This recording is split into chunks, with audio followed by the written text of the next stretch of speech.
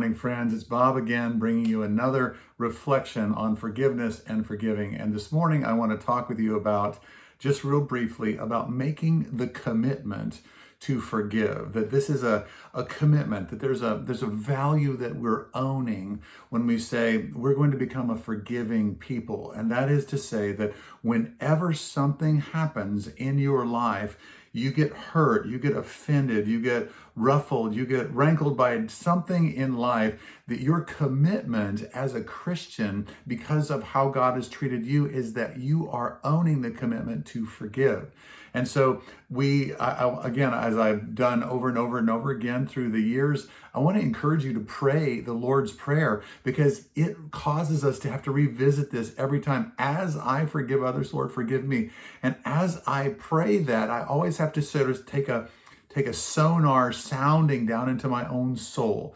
Do I need to forgive? And I am committed to forgive whenever I run across any of those things. That is what a Christian does, is that we have made a commitment. We've owned the value that when we run across broken relationships, bitterness, resentment, unforgiveness inside of ourselves, our immediate response is to go and to forgive. Now, it doesn't mean it's easy. It doesn't mean it's natural. It doesn't mean that we don't have to muscle our own souls at different points in time. It does mean, though, that I am committed to do this. It's sort of like marriage. Is that marriage always easy? Is it always, beautifully fulfilling? No, it's not. But I made a commitment. I made vows that I would love no matter what, and to my wife. And so that is this, that we are committing to own the value of and to actually practice this discipline of forgiving people when they offend us,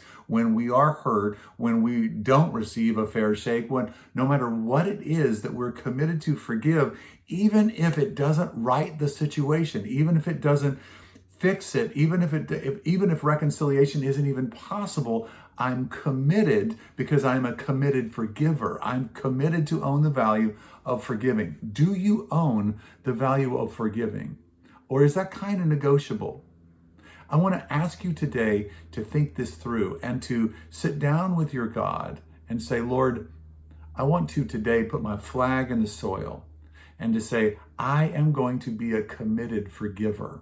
And I'm going to work through, whenever you show me something, Holy Spirit, or whenever I even run across some symptoms in my life that I know that I need to forgive, I'm going to take the time and forgive.